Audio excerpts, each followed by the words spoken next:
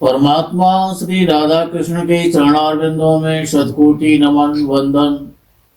मित्रों को, जिज्ञासुओं को, धर्म प्रेमियों को, ज्योतिष विज्ञान प्रेमियों को हर हर महादेव, बम बम भोले, नमः शिवाय। मित्रों, धन कलिकाल में ही नहीं, हर युग में परमावश्यक था, परमावश्यक है, हर काल में परमावश्यक रहेगा। संसार का प्राण है धन। और जातक की जन्म कुंडली में 4 स्थान धन से संबंधित हैं। द्वितीय भाव धन भाव कहलाता है। पंचम भाव धन का सुख होता है। नवम भाव और एकादश भाव। कुंडली के 4 भाव द्वितीय, पंचम, नवम और एकादश। इन भावों में बैठे हुए ग्रहों का, इन भावों के स्वामियों का धन के साथ विशिष्ट संबंध है। और जन्म कुंडली में बृहस्पति धन का कारक ग्रह होता है। कारकत्व, अधिकार, इन्वॉल्वमेंट। और कुंडली में शुक्र देवी लक्ष्मी का अवतार माना जाता है। शुक्र लक्ष्मी देवी है, साक्षात लक्ष्मी है, लक्ष्मी का अवतार है। तो द्वितीय भाव, पंचम भाव, नवम भाव और एकादश भाव, इनके स्वामी, उन स्वामियों का संबंध और इन भाव में बैठे हुए ग्रह बृहस्पति और शुक्र। ग्रहों में बृहस्पति और शुक्र और भावों में ये 4 भाव। धन की प्रचुर मात्रा में धन की वृद्धि को करने वाले हैं, धन को देने वाले हैं, धन को बढ़ाने वाले हैं, धन देने वाले हैं, करोड़पति, अरबपति, खरबपति बनाने वाले भाव हैं और ये ग्रह भी हैं। लेकिन लग्नेश और लग्न, क्योंकि ये सारा परिणाम मिलेगा किसे? कि लग्न को मिलेगा और लग्न के स्वामी को मिलेगा। तो लग्न और लग्नेश अत्याधिक महत्वपूर्ण है। प्राप्ति किसको होगी? कि लग्न को होगी, लग्न के स्वामी को होगी।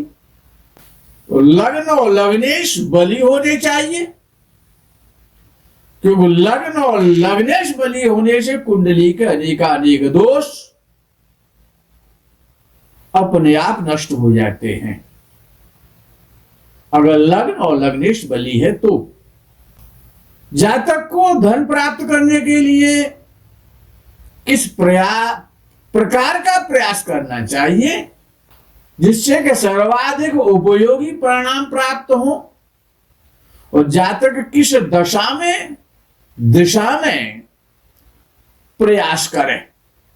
द्वादश भाव धन का भाव है, धन भाव, यह द्वितीय भाव धन का भाव है। लेकिन धनवान होने के लिए, धन संरक्षण करने के लिए द्वादश भाव भी परमावश्यक है, विचारणीय भाव है, वो भी, उसको भी देखना चाहिए, आवश्यक है। एक जातक बहुत बड़ा धनवान, अरबपति, खरबपति हो सकता है कि वो कंजूस हो, पैसा खर्च ही नहीं करना चाहता हो। तो ऐसे अरबपति और खरबपति से तो गरीब होना अच्छा है, जिसको पैसा खर्च ही नहीं करना, सांप की भांति कुंडली मार करके बैठा हुआ है, मैं किसी को नहीं दूंगा और जो लेगा मैं उसे डस लूंगा।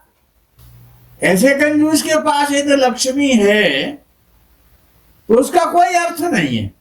जातक का धन किस प्रकार से खर्च होगा, किस क्षेत्र में खर्च होगा, वो द्वादश भाव का स्वामी बताएगा।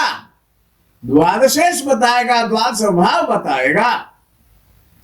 अच्छा, वो खर्च करता भी है या नहीं करता है, किस मद में खर्च कर सकता है, कहां खर्च करेगा, ये द्वादशेष का अध्ययन इसके लिए अत्यंत महत्वपूर्ण है। द्वादश भाव पीड़ित है,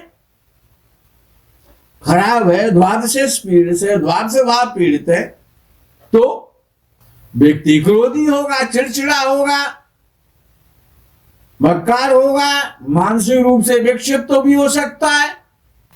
जहां तक कि कुंडली में धन संपत्ति के संदर्भ को लेकर के चतुर्थ भाव बड़ा महत्वपूर्ण भाव है कि चतुर्थ भाव भूमि का भाव है, संपत्ति का भाव है, वाहन का भाव है, मकान का भाव है।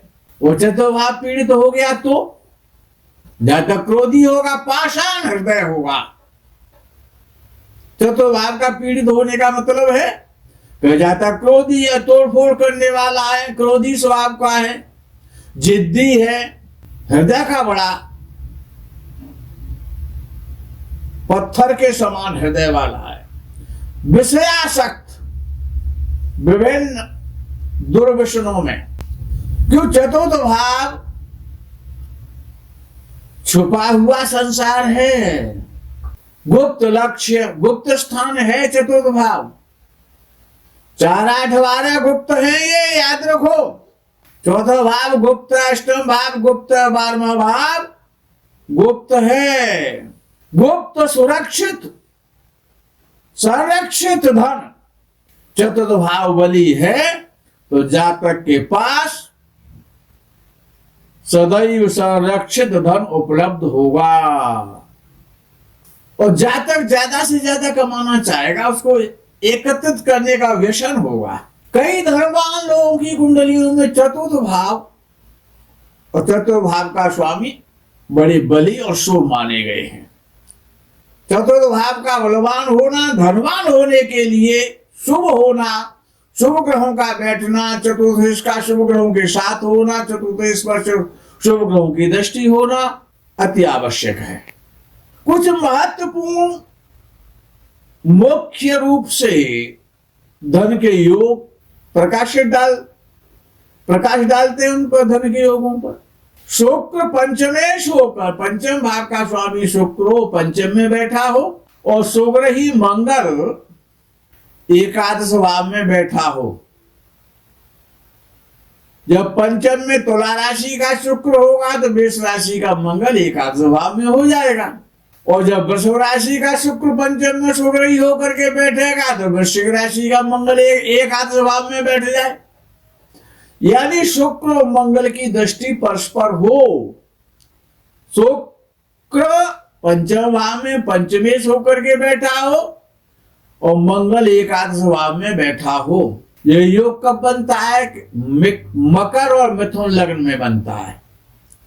तो जातक बहुत बड़ा धनी होगा, अरबपति भी हो सकता है, करोड़पति तो सुनिश्चित हो गया। दूसरा धनवान योग, केवल धनवान योग की चर्चा, केवल धन पर चर्चा और किसी विषय पर चर्चा नहीं है। मंगल पंचमेश होकर पंचम भाव में बैठे, शुक्र एकादश भाव में बैठे, यानी वृष या तुला राशि का शुक्र एकादश भाव में हो और मंगल पंचम भाव में हो तो ये योग कर्क लगन पर होगा लागू या फिर धनु लगन पर होगा कि शुक्र एकादश भाव का स्वामी बन जाएगा। ये एकादश में बैठे तो मंगल पंचम भाव का स्वामी पंचम भाव में स्वराशि का हो ही जाएगा। तो जातक करोड़पति अरबपति बन जाता है। 100% वाले योग है ये। पंचम भाव का स्वामी बुध पंचम भाव में और बृहस्पति मंगल और चंद्रमा एकादश भाव में। पंचम का स्वामी पंचम में और बृहस्पति मंगल और चंद्रमा एकादश भाव में। तो सबसे पहली बात तो यह है कि गजकेसरी योग बन जाएगा और बृहस्पति शुक्रही हो जाएगा। क्योंकि अगर बुध पंचम भाव में शुक्रही होगा यानी मिथुन का होगा तो बृहस्पति एकादश भाव में धनु राशि का होगा। यानी कि बृहस्पति एकादश भाव में सो रही हो, मंगल और चंद्र उसके साथ बैठे हो, और बुध कन्या या मिथुन राशि का पंचम भाव में बैठा हो, ये योग कहां लागू होगा? वृषभ और कुंभ लगन पर ये योग लागू हो जाएगा। चौथा योग, ये 100% करोड़पति अरबपति बनाने वाले योग हैं आज। पंचमेश होकर चंद्रमा पंचम में बैठे, यानी कर्क राशि का चंद्रमा पंचम में बैठ जाए, और एकादश भाव में मकर राशि का शनि हो। ये केवल ये योग केवल एक ही लगन में बनेगा, मीन लगन में। मीन लगन हो, चंद्रमा कर्क राशि का पंचम में हो और शनि एकादश भाव में मकर राशि का हो, तो व्यक्ति करोड़पति बनेगा, अरबपति बनेगा, आजीवन बनाता रहेगा। पंचम भाव का स्वामी सूर्य हो या पंचम में बैठ जाए, यानी सिंह राशि में सूर्य पंचम भाव में बैठा हो, और शनि बृहस्पति और चंद्रमा 11वें भाव में बैठे हो, यानी कि शनि मूल त्रिकोण राशि का एकादश भाव में बैठेगा। केवल मेष लगन वालों के लिए होता है ये योग, तो व्यक्ति करोड़पति अरबपति बनेगा। आगे कहते हैं महर्षि पाराशर जी कि शनि पंचमेश होकर पंचम भाव में और सूर्य चंद्रमा एकादश भाव में। अगर कुंभ राशि का शनि पंचम भाव में है तो सूर्य सिंह राशि का एकादश भाव में हो, और शनि अगर मकर राशि का पंचम भाव में है तो चंद्रमा कर्क राशि का एकादश भाव में हो। ये योग कन्या तुला लगन पर लागू होगा। क्रमशः पंचमेश और एकादशेश स्वग्रही हो जाएंगे तो करोड़पति और अरबपति बनाने का योग बना देंगे। अपने जीवन में जातक करोड़पति और अरबपति बनेगा। महर्षि पाराशर जी कहते हैं कि बृहस्पति, चंद्रमा और शुक्र और चौथा बुध, चंद्रमा, बुध, बृहस्पति और शुक्र, यानी 4 शुभ ग्रह हो गए। इनमें से कोई भी ग्रह, इन 4 शुभ ग्रहों में से चंद्र, बुध, बृहस्पति और शुक्र में से कोई भी एक ग्रह, यह 2 ग्रह, 2 तो असंभव है, एक ग्रह दूसरे भाव में यानी धन भाव में लगन से द्वितीय भाव में उच्च राशि का होकर के बैठ जाए तो करोड़पति बना देगा। मित्रों, इस प्रकरण को यही विराम करते हैं। आगे के प्रकरण का आप इंतजार करें। तब तक के लिए हर हर महादेव, बम बम भोले, नमः शिवाय। जय गो माता की।